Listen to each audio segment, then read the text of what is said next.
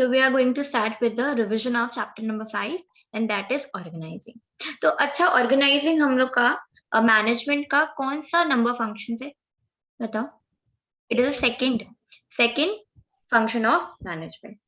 Organization word से हम लोग को क्या समझ आते हैं? Organization मतलब कोई भी चीज को proper organized way में करना, सही ढंग से करना, that is known as organised way. ठीक है, तो इस चैप्टर में हम लोग क्या बात कर रहे हैं कि ऑर्गेनाइजेशन का मतलब ऑर्गेनाइजेशन फंक्शन का क्या रोल है. ठीक है, क्यों ये इतना इंपॉर्टेंट है, इसका मेन एम क्या होता है. इसका मेन एम होता है कि पीपल लोग साथ में काम करे फॉर अ कॉमन पर्पस. वो कॉमन पर्पस क्या होता है? Objective of the enterprise. ठीक है, तो इस ऑर्गेनाइजेशन में क्या होता है? The organization function leads to the creation of organization structure. हर एक ऑर्गेनाइजेशन का एक स्ट्रक्चर होता है. ऑर्गेनाइजेशन स्ट्रक्चर मतलब वो ऑर्गेनाइजेशन कैसा दिखता है, उसमें कितना एम्प्लॉयज है, कितना वर्कर्स है. ठीक है, तो उन लोग का रोल्स को बताता है कि उन लोग को क्या करना है. ठीक है, ताकि क्लैरिटी रहे कि ऑर्गेनाइज वे में कि उन लोग को क्या करना है exactly. And defining the interrelationship between these roles so that ambiguity in performance of duties can be identified. Ambiguity word मतलब कहता है मतलब वेग. ऐसा ना हो कि वो लोग जो काम कर रहा है वो वेस्ट पे चला जाए. इसलिए सबको काम पता होता है कि क्या करना है. तो ये हम लोग कहाँ पे कौन सा फंक्शन में करते हैं? ऑर्गेनाइजिंग. ठीक है, तो this is a meaning of organising. Main aim क्या होता है? What is the main aim of organising?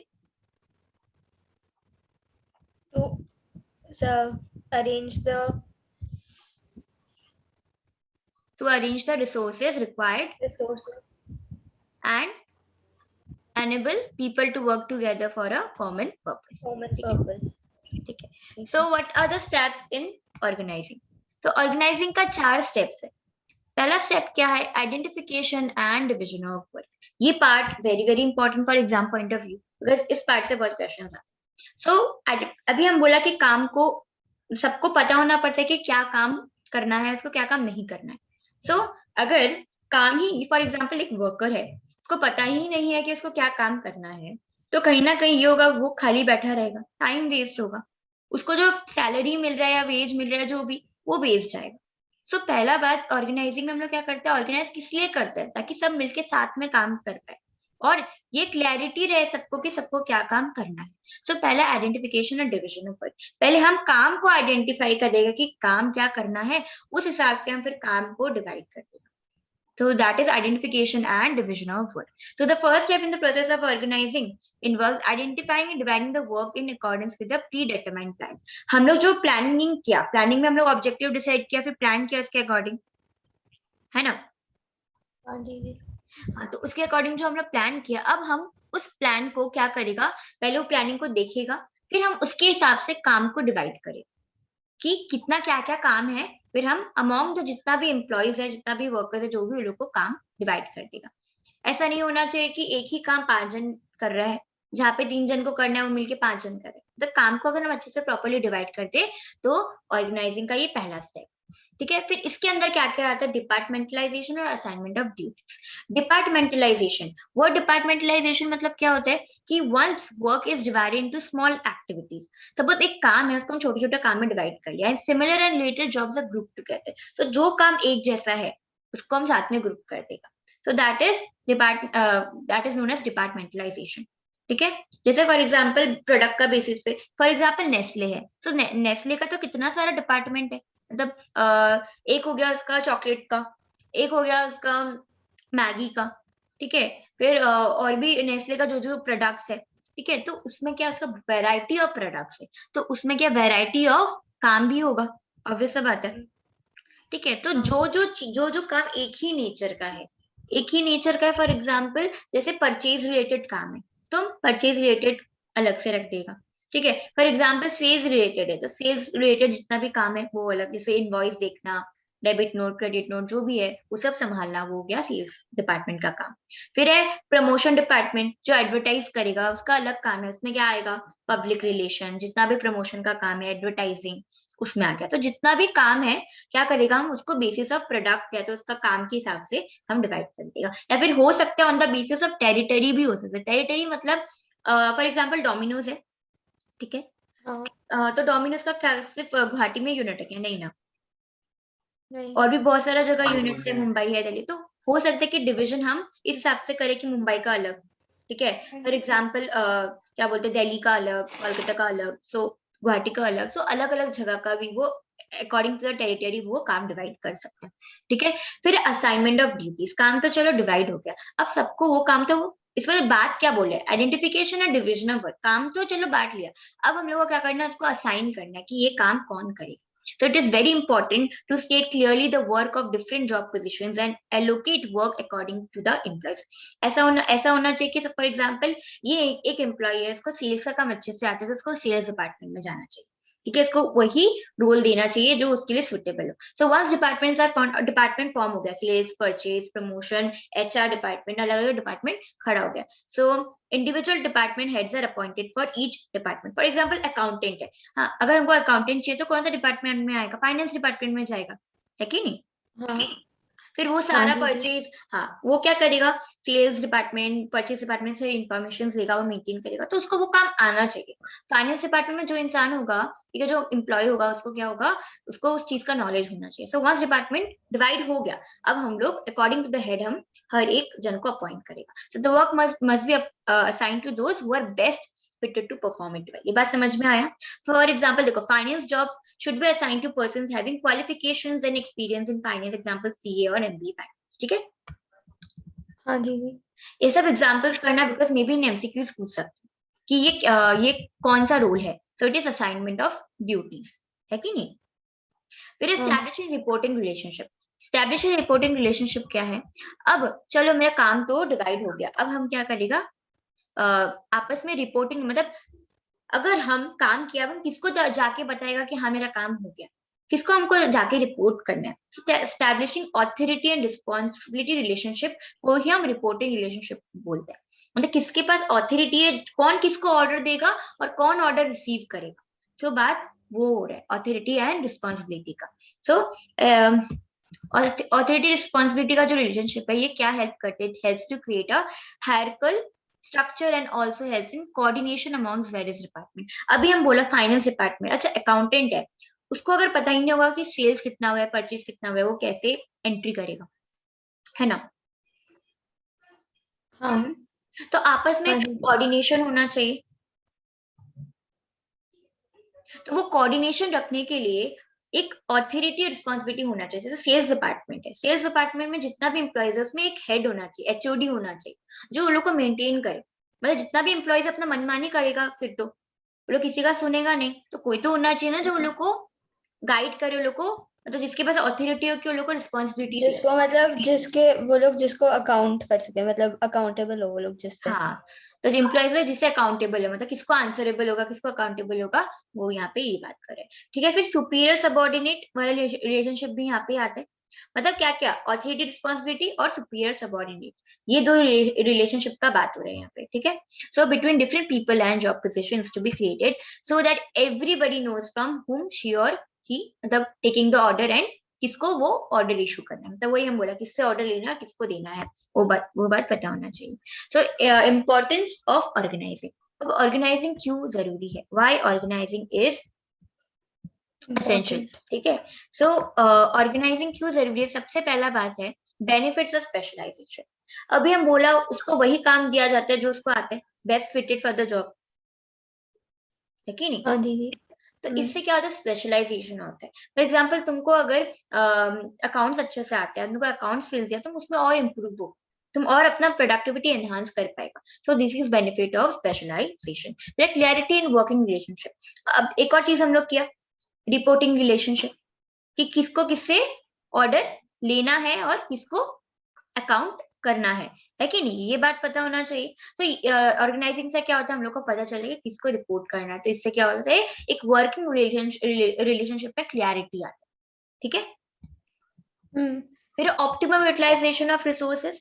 अब हमको पता है कि ये चीज को कहाँ रखना है, ये चीज को कैसे यूज करना है, दैट इज ऑर्गेनाइजिंग। हम स्ट्रक्चर तो क्रिएट करें ना प्रॉपर, कि क्या काम करना है, किसको क्या काम देना है, तो इससे क्या होगा, ऑप्टिमम यूटिलाइजेशन ऑफ रिसोर्सेज होगा, टाइम वेस्ट नहीं होगा, रिसोर्स वेस्ट नहीं होगा, फाइनेंस मतलब पैसा वेस्ट नहीं होगा। ठीक है, तो ये सब होता है ऑप्टिमम यूटिलाइजेशन ऑफ रिसोर्सेज। फिर इफेक्टिव एडमिनिस्ट्रेशन। इफेक्टिव एडमिनिस्ट्रेशन मतलब होता है कि काम जो है, तुम जो काम करे से हम लोग बोलते हैं ना एडमिन। एडमिन कौन होता है, जो अच्छे से तुम लोग को मेंटेन करता है, मतलब तुम लोग को देखता है तुम क्या कर रहे हैं नहीं कर रहे हैं, तो एक काइंड ऑफ सुपरविजन भी रहता है. So it provides a clear description of jobs and related duties which helps to avoid confusion and duplication of work. अगर सबको सबका काम पता है कि किसको क्या करना है तो कोई झगड़ा नहीं होगा, ठीक है, और क्लियरिटी एंड वर्किंग रिलेशनशिप रहेगा, ठीक है, और प्रॉपर एग्जीक्यूशन ऑफ वर्क भी होगा और इफेक्टिव मैनेजमेंट होगा, ठीक है. तो दैट इज इफेक्टिव एडमिनिस्ट्रेशन. फिर है adaption to change. Adaption to change मतलब process of organising is flexible. अच्छा, प्लानिंग थोड़ा रिजिड है, हम लोग बात किया था प्लानिंग इज रिजिड. क्यों? हम लोग जो प्लान कर लिया उसको एकदम से चेंज करना इज वेरी डिफिकल्ट. बट वहीं पे ऑर्गेनाइज कर रहा है तुमको, वो फ्लेक्सिबल है, कुछ अगर सिचुएशन डिमांड किया हम उस हिसाब से उसको अडाप्ट कर सकता है कि नहीं. हाँ दीदी. फिर है development of personal. Development of personal मतलब पर्सनल मतलब यहाँ पे जो मैनेजर्स है, जो एम्प्लॉयज है जो काम कर रहे हैं, उन लोग का भी डेवलपमेंट होगा. कैसे डेवलपमेंट होगा, एनी आइडिया?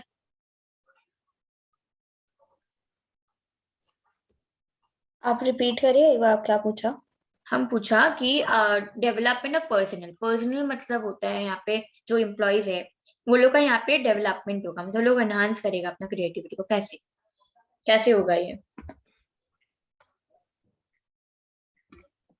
ये मतलब वो लोग का खुद का वो चीज इसलिए एनहांस करेगा कि वो लोग अगर ऑर्गेनाइज रहेगा, सबको पता होगा वो लोगों को क्या काम करना है, तो वो लोग को पता होगा कि वो लोग को उसी पोर्शन का काम करना है, तो वो लोग और अच्छे से इनिशिएटिव लेके उस काम को प्रॉपरली करने का ट्राई करेगा, क्योंकि वो लोग को पता है वो लोग को उतना amount of work he design किया हुआ है, डेजिग्नेट किया हुआ है, तो वो लोग को उतना ही परफॉर्म करना है, तो वो लोग भी अपना बेस्ट देने का कोशिश करेगा, तो इसमें वो लोग का भी ग्रोथ होगा इन वे. हाँ, तो काइंड ऑफ ये है, पर एक और चीज बहुत इंपॉर्टेंट इस डेवलपमेंट ऑफ पर्सनल में है. हमने इस चैप्टर में डेलीगेशन किया है कि नहीं? हाँ. डेलीगेशन ऑफ अथॉरिटी, वो क्या होता है? सुपीरियर अपना सबऑर्डिनेट को थोड़ा, डेलीगेट कर देते. हाँ, इस मतलब जो काम है वो डेलीगेट कर देते हैं, ठीक है. तो वो डेलीगेशन क्या है, क्या करते हैं, मैनेजर्स का वर्कलोड को कम कर देते हैं. तो kind of development of personal होता है, मतलब जो काम हायर अथॉरिटी का था वो लोअर इंसान को मिल गया. इससे क्या होगा, जिसको मिला उसको एक अपॉर्चुनिटी मिला कि नहीं? हाँ दीदी. तो ये क्या है, डेवलपमेंट ऑफ पर्सन. तो वो जिस एम्प्लॉय को मिला ना उसका डेवलपमेंट होगा, ठीक है. फिर expansion and growth. Expansion of growth किसका? एक्सपेंशन ऑफ ग्रोथ पूरा ऑर्गेनाइजेशन का एक्सपेंशन और ग्रोथ होगा. कैसे होगा? By adding more job position department. देखो यहाँ पे हम लोग क्या करते हैं, स्ट्रक्चर डिसाइड करते हैं. स्ट्रक्चर मतलब मेरा एंटरप्राइज दिखता कैसा है, इसमें कितना जन काम करे है मेरा, इसमें कितना प्रोडक्ट्स है, कितना डिपार्टमेंट है, ये कहाँ पे है, कितना जगह पे है, वो होते पूरा स्ट्रक्चर, है कि नहीं. स्ट्रक्चर कैसे स्टार्ट हुआ? फॉर एग्जाम्पल हाँ डोमिनोज, दीदी. ठीक है. डोमिनोज का कितना कितना जगह यूनिट्स है, ठीक है. सपोज इसका 4 जगह है फॉर एग्जाम्पल ले रहे हैं, ठीक है. या फिर फॉर एग्जाम्पल इसका फॉरेन कंट्रीज में, तो ये 2 पार्ट में डिवाइड करेगा, फॉरेन कंट्री और इंडियन, ठीक है. इंडियन में क्या है उसका, इंडिया में क्या क्या है. फिर इंडिया में इसका अलग अलग जगह है, सपोज कोलकाता, मुंबई, दिल्ली, ठीक है, 3 जगह फॉर एग्जाम्पल, ठीक है. तो फिर उसके अंदर भी उसका और अलग अलग जगह है, और अलग अलग सिटीज में है और भी, ठीक है. जैसे छोटे छोटे और भी उसका छोटे छोटे जगह में है, कितना यूनिट्स है वहां पे, ठीक है. तो फिर क्या होगा वहां पे, हर एक यूनिट का अपना अपना स्ट्रक्चर होगा. जैसे फॉर एग्जांपल उन लोग का अलग अलग डिपार्टमेंट होगा, हो सकता है ना. तो ये होता है पूरा एंटरप्राइज का स्ट्रक्चर. तो हम लोग ऑर्गेनाइजिंग में करता क्या है, जो स्ट्रक्चर अभी हम तुमको बताया ना, ये स्ट्रक्चर ही हम लोग यहाँ पे डिसाइड करते हैं. तो यहाँ पे क्या होगा, अगर हम लोग बैठ के स्ट्रक्चर बनाता है कि किसमें कितना एम्प्लॉयज रहना चाहिए, क्या होना चाहिए, तो ये एक kind of expansion of growth होता है. बिकॉज अगर हमको पता चला कि हाँ हमको और एक यूनिट चाहिए, ठीक है, हम अपना प्रोडक्ट लाइन को और एनहांस करें, तो यही ऑर्गेनाइजिंग का वजह से तो हमको पता चलेगा ना कि हाँ हमको कितना और जगह अपना यूनिट खोलना चाहिए. तो kind of expansion and growth opportunity मिलते हैं यहाँ पे, ठीक है. फिर है ऑर्गेनाइजेशन स्ट्रक्चर, बहुत इंपॉर्टेंट है. There are 2 types of organisation structure. क्या है? फंक्शनल स्ट्रक्चर एंड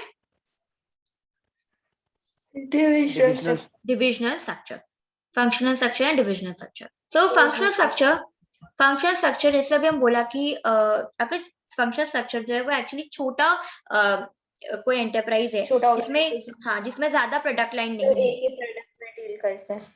हाँ, जो एक ही प्रोडक्ट में डील करता है, मतलब उसमें ज्यादा वो नहीं है, ठीक है. सो इसमें क्या है, अभी हम बात किया कि हर एक इंटरप्राइज का अपना स्ट्रक्चर होता है. तो उसी तरह अगर एक अगर कोई कंपनी है वो एक ही प्रोडक्ट लाइन में डील करते हैं तो उसका अलग अलग डिपार्टमेंट होगा, ह्यूमन रिसोर्स, मार्केटिंग डिपार्टमेंट, फिर तुम्हारा सेल्स डिपार्टमेंट, परचेज डिपार्टमेंट।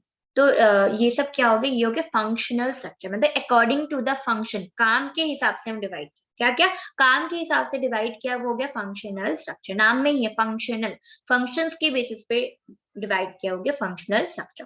ठीक है, सो पहले हम लोग बात कर लेते हैं एक बार ऑर्गेनाइजेशन स्ट्रक्चर। ऑर्गेनाइजेशन स्ट्रक्चर का भी हम लोग 2 हिस्सा के बारे में डिटेल में बात करेगा। ठीक है, उससे पहले ऑर्गेनाइजेशन स्ट्रक्चर क्या होता है। It can be defined as a framework, word क्या है फ्रेमवर्क, मतलब काइंड ऑफ ढांचा, एक ढांचा देते हैं कि तुम्हारा ऑर्गेनाइजेशन कैसा है। सो within which managerial and operating tasks are performed. It specifies a relationship between people, work and resources in an organization. So ये किसके बीच में रिलेशनशिप स्टैब्लिश करता है, people, work and resources, okay, in an organization. So under the organization structure, various posts are created to perform different activities for the attainment of the predetermined objective of the enterprise. The structure provides a basis of framework for managers and other employees to perform their function. मतलब एक framework देता है कि किसको क्या काम करना है, वो तो पता होना चाहिए। डिविजन ऑफ वर्क जो हम बात किया, तो यहाँ पे हम डिपार्टमेंट के बेसिस पे अगर हम डिवाइड कर रहे हैं तो फंक्शनल स्ट्रक्चर के बारे में बात कर रहे हैं। ठीक है, सो स्पैन ऑफ मैनेजमेंट क्या होता है, what is span of management. Span of management मतलब एक तुम्हारे सुपीरियर के अंदर कितना सबऑर्डिनेट्स काम कर रहे हैं, कितना सबऑर्डिनेट काम कर रहे हैं, मतलब काम कर रहा है या नहीं, मतलब सुपीरियर अपना अंडर कितना नंबर ऑफ सबऑर्डिनेट्स को संभाल सकते हैं। फॉर एग्जाम्पल तुम्हारा क्लास टीचर है, ठीक है, जो क्लास का टीचर स्कूल में, ठीक है, तो वो क्लास टीचर बोलेगा ना कि हम एक बार में सिर्फ 50 बच्चा को हैंडल कर सकते हैं, है ना। तो that is span of management, कि वो कितना जन को मैनेज कर सकते हैं। सो एक सुपीरियर कितना सबऑर्डिनेट को, the number of subordinates that can be effectively managed by the superior, that is known as span of management. ठीक है, और span of management gives shape to the organization structure.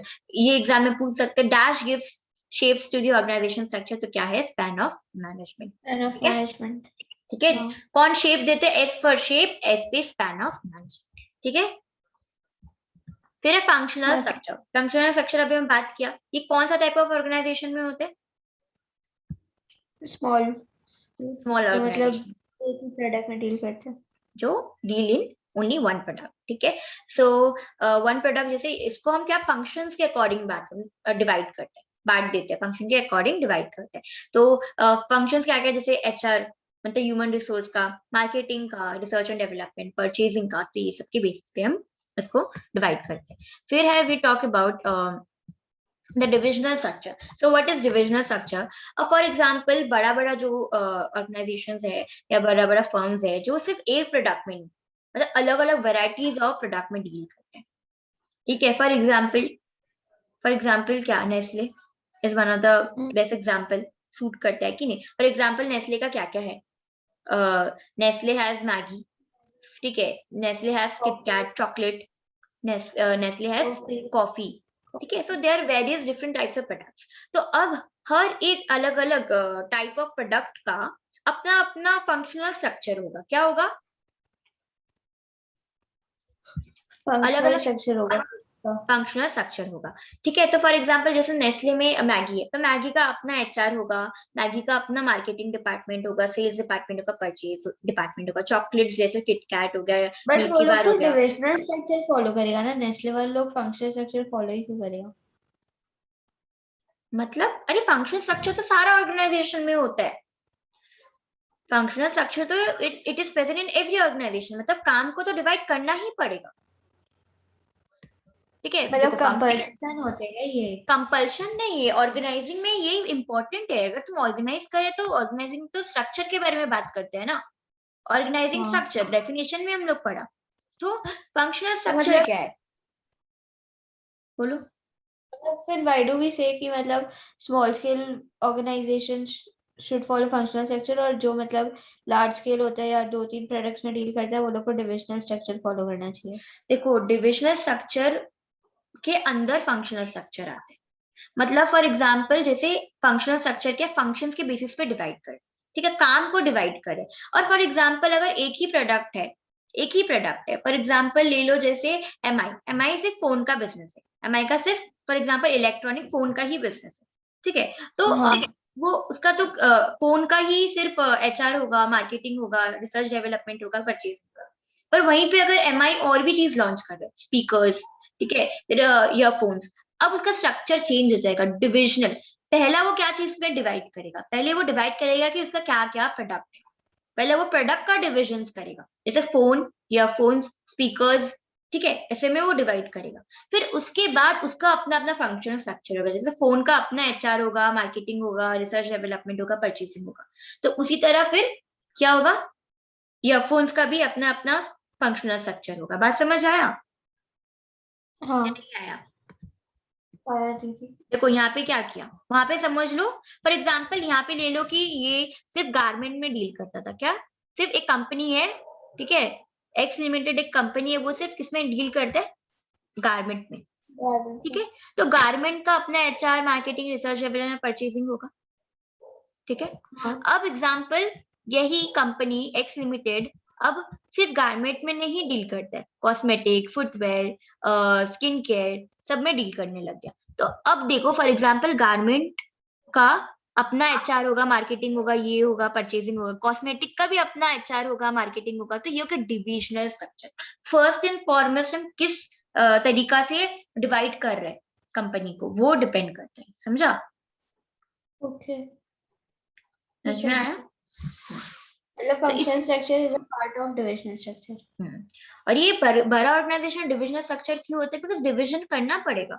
वो कैसे मेंटेन करेगा, बोलो, Maggi का sales और अगर समझ लो फॉर एग्जांपल मैगी का सेल्स और किटकैट का सेल्स को मिला दिया जाए, एक बार में कैलकुलेशन कर, तो कैसे पता चलेगा कि ना मेरा किटकैट कितना बिक्री हो रहा है और मेरा मैगी कितना बिक्री हो रहा है। फॉर एग्जाम्पल पता चला कि किटकैट बीच में जैसे आया था, किटकैट बहुत हार्मफुल है या उसमें क्या अच्छा नहीं है हेल्थ के लिए, कुछ ऐसा आया था, ठीक है।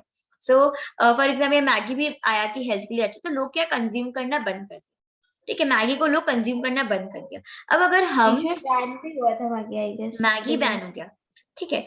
अब अगर हम किटकैट का सेल्स को और मैगी का सेल्स को कंबाइन करें, ठीक है, तो मेरा सेल्स तो ऐसे भी पता कैसे चलेगा कि मेरा मैगी का सेल्स कम है कि नहीं? क्योंकि मैं इनकम अगर हम टोटल कैलकुलेट करके कर रहे हैं, फॉर एग्जाम्पल मेरा मैगी में लॉस जा रहा है और किटकैट में मेरा फायदा जा रहा है, बट हम दोनों को कंबाइन करके ही फाइनेंस में हम, मतलब फाइनेंस जो है वो अकाउंटेंट है वो बना रहे हैं। तो अल्टीमेटली चलो मेरा फॉर एग्जाम्पल ऐसा ले लो, नेस्ले से तुम्हारा मैगी में सपोज 10,000 का सेल्स हुआ, ठीक है, और क्या बोलते हैं तुम्हारा किटकैट से 1 लाख का सेल्स हुआ, ठीक है। या फिर फॉर एग्जाम्पल पकड़ लो कि नहीं नहीं, मैगी में फॉर एग्जाम्पल अज्यूम करो कि 10,000 का लॉस, ठीक है, और मेरा क्या बोलते हैं किटकैट में मेरा 1 लाख का प्रॉफिट हुआ, ठीक है। तो अगर हम दोनों का कंबाइन कर रहे हैं, तो मेरा ऐसे भी इनकम आ ही रहे, इनकम तो आ ही रहे ना, बट ये कहाँ पता चल रहा है कि मेरा मैगी लॉस पे जा रहा है, ये तो पता नहीं चलेगा अगर हम एक ही साथ सारा डाटा को कंबाइन कर देगा। बात समझ आया? तो इसीलिए डिविजनल स्ट्रक्चर में क्या होता है, according to the structure divide कर। बात समझ आया? हाँ दीदी। So that is the difference between the functional structure and divisional structure. So functional structure हम लोग किस बेसिस पे डिवाइड करते हैं, according to the functions या departments. हाँ, और डिविजनल स्ट्रक्चर में किस बेसिस पे डिवाइड करते हैं, अकॉर्डिंग टू द प्रोडक्ट्स। फिर उसका अपना अपना फंक्शनल स्ट्रक्चर होता है, ठीक है। हाँ दीदी। फिर we don't have formal informal organizations. So delegation of authority अभी हम डिस्कस किया, यहाँ पे क्या होता है, सुपीरियर जब सबऑर्डिनेट को वर्क डेलीगेट कर देता है उसको, तो सुपीरियर का वर्कलोड थोड़ा कम हो जाता है और वो मतलब काइंड ऑफ ऑथोरिटी ट्रांसफर कर देते हैं फ्रॉम सुपीरियर मतलब मैनेजर अपना एम्प्लॉय को ट्रांसफर कर रहा है, तो वो हो गया delegation. So delegation refers to the downward transfer. ये डाउनवर्ड ट्रांसफर है कि नहीं, मतलब टॉप लेवल मैनेजमेंट अगर मिडिल लेवल मैनेजमेंट को कोई पावर ट्रांसफर कर रहा है, तो ये डाउनवर्ड फ्लो है कि नहीं? है दीदी। ठीक है, so it is a downward flow, exam में पूछ सकते हैं, ठीक है। फिर एलिमेंट्स ऑफ डेलीगेशन। डेलीगेशन में 3 चीज है, अभी ऐसे तो 2 चीज तो पता चल गया, ऑथोरिटी, रिस्पॉन्सिबिलिटी, ठीक है, ऑथोरिटी ट्रांसफर हो रहे हैं कि नहीं। तो ऑथोरिटी क्या होता है, ऑथोरिटी मतलब power to take decision, right to take decision, that is authority, ठीक है, मतलब मेरे पास कितना पावर है, तो ये ऑथोरिटी सुपीरियर के पास होता है, ठीक है। और रिस्पॉन्सिबिलिटी किसके पास होता है? सबऑर्डिनेट के पास, ठीक है। सो रिस्पॉन्सिबिलिटी क्या है? सबऑर्डिनेट के पास होता है, मतलब it is a obligation to do certain task. Obligation मतलब लाइबिलिटी, मेरा लाइबिलिटी है कि अब हमको ये काम करना है, मतलब मेरा रिस्पॉन्सिबिलिटी हमको ये काम, ठीक है। सो और अकाउंटेबिलिटी मतलब तुम किसको अकाउंटेबल होगा, मतलब तुम किसको आंसरेबल होगा, मतलब जो फाइनल आउटकम आया तो अब तुम किसको आंसरेबल होगा। So when a superior assigns a work to subordinate, he और she is answerable to the superior for its outcome. मतलब जो वो काम किया वो किसको आंसरेबल, करके कोई गलती हो गया तो वो किसको जाके जवाब देगा। So that is accountability. फिर डिफरेंस बिटवीन क्या है ऑथोरिटी, रिस्पॉन्सिबिलिटी, अकाउंटेबिलिटी। ऑथोरिटी अभी हम बोला right to command, responsibility obligation होता है, और अकाउंटेबिलिटी मतलब आंसरेबल, तुम किसको आंसरेबल हो, ठीक है। फिर ओरिजिन का अराइजेंस फ्रॉम द फॉर्मल पोजीशन, कोई ऑफिस से बात है, किसी के पास ऑथोरिटी है तो फॉर्मल पोजीशन से अराइज होते हैं, ठीक है। और रिस्पॉन्सिबिलिटी कहाँ से आता है? फ्रॉम द डेलीगेटेड ऑथोरिटी, उसको जो काम दिया गया है, अभी जो ऑथोरिटी डेलीगेट किया, साथ में उसको रिस्पॉन्सिबिलिटी भी मिलेगा, है कि नहीं। अगर हम कोई तुमको काम दे रहा है, अभी हम तुमको बोला कि एक वर्कर है, इसको काम दिया कि तुम मशीन पे काम करो, उसको ऑथोरिटी ही नहीं दिया कि वो मशीन में सपोज एक लॉक है, उसको पासवर्ड ही नहीं है, तो वो काम कैसे करे? तो उसको ऑथोरिटी तो दो साथ में। तो डेलीगेशन देते समय जब ऑथोरिटी दे रहा है, मतलब रिस्पॉन्सिबिलिटी भी मिल रहा है ना, तो साथ में उतना ऑथोरिटी भी मिलना चाहिए। सो ऑथोरिटी रिस्पॉन्सिबिलिटी कहाँ से आता है? ऑथोरिटी से, ठीक है। और अकाउंटेबिलिटी कहाँ से आएगा? ऑब्वियस है, रिस्पॉन्सिबिलिटी से आएगा, ठीक है। फिर डेलीगेशन कहाँ? ऑथोरिटी डेलीगेट होता है, रिस्पॉन्सिबिलिटी भी डेलीगेट होता है, लेकिन अकाउंटेबिलिटी तुम डेलीगेट नहीं कर सकते। For example worker a worker bee है, वर्कर एक एक कांड कर दिया, वर्कर ए क्या किया, वो एक कांड कर दिया, और फिर और वर्कर बी को बोला कि तुम मेरा हिस्सा का डांट सुन गए, तो होगा क्या? नहीं, मतलब अकाउंटेबिलिटी ट्रांसफर नहीं कर सकते, ठीक है। फ्लो कैसा है ऑथोरिटी का? It is a downward flow, ठीक है। मतलब सबसे ज्यादा किसका होता है? टॉप लेवल मैनेजमेंट का, फिर मिडिल, फिर लोअर, तो it is a downward flow. फिर रिस्पॉन्सिबिलिटी क्या आता है? Upward flow.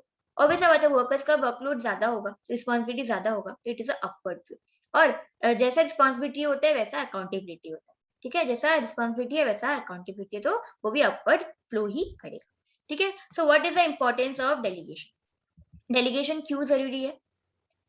पहला इंपॉर्टेंट चीज अभी हम लोग डिस्कस किया था, उसे में डेवलपमेंट वाला, वर्कलोड कम हो जाता है वर्कलोड उसका, कम हो जाता है, superior का। मैनेजर का, सुपीरियर का हाँ, वर्कलोड कम हो जाता है। वो थोड़ा काम अगर किसी को दे दे, उसका वर्कलोड कम हो जाएगा ना, तो that is reduction of executive workload. फिर इससे एक और चीज हो रहा है, किसको मिल रहा है काम?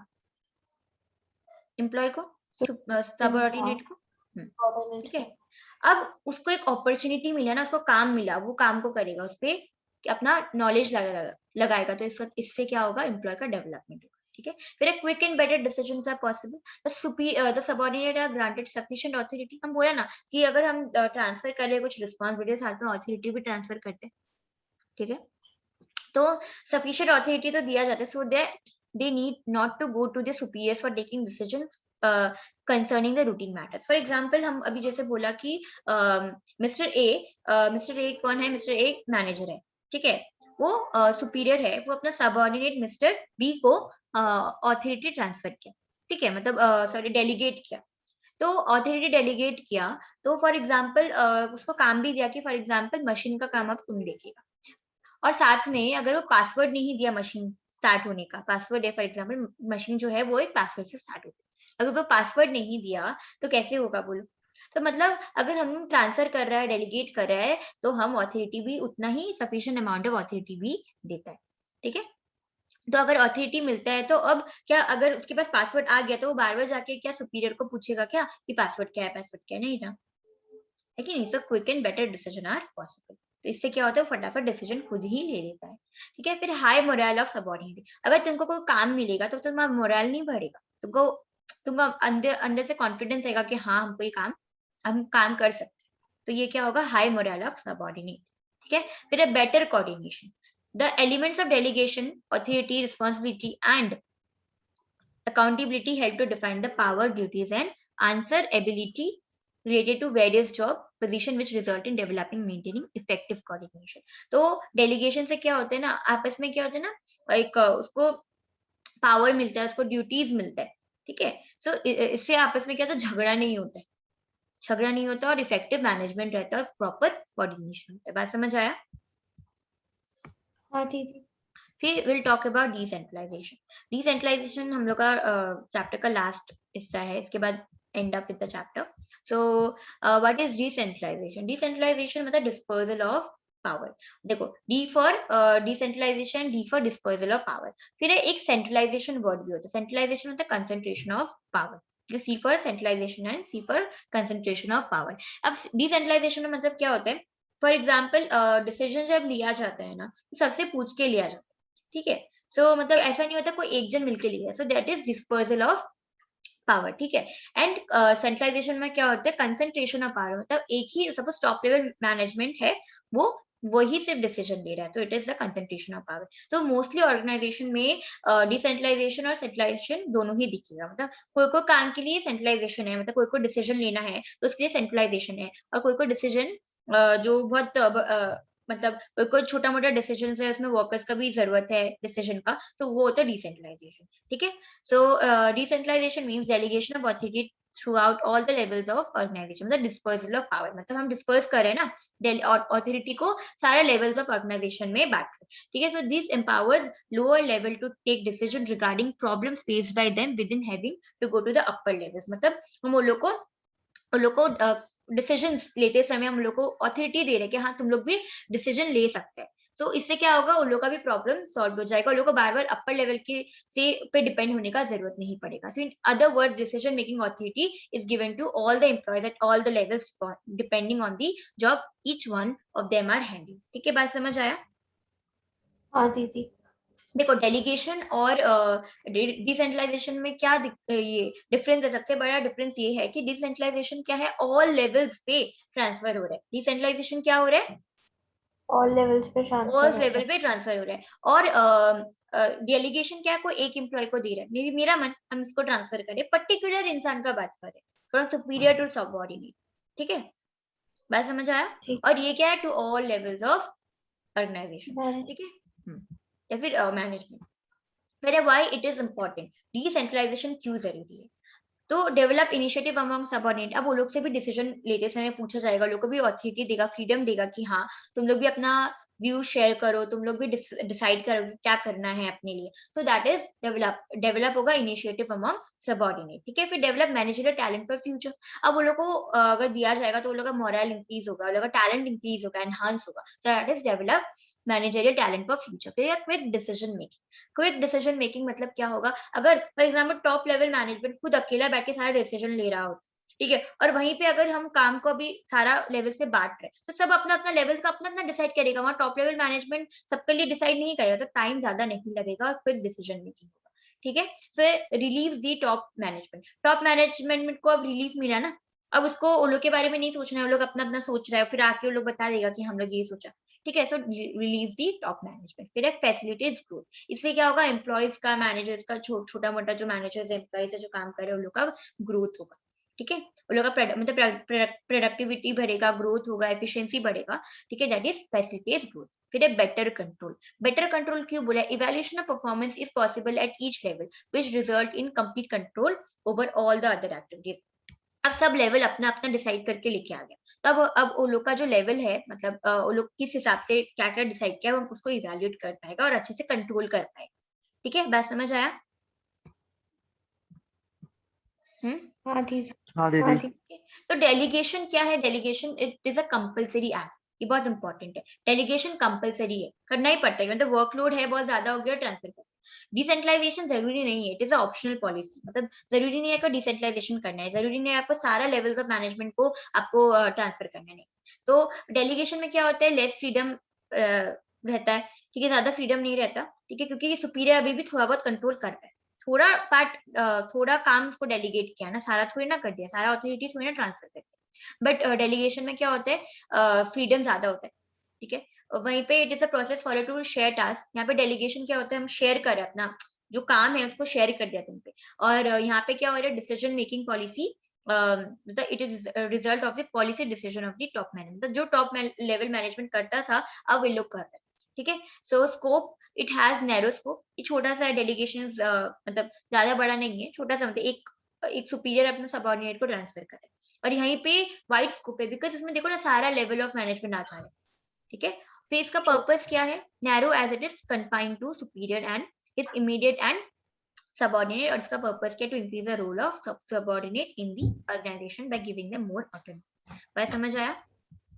सो वी आर हाँ एंड दीदी, विद दिस चैप्टर। ठीक है।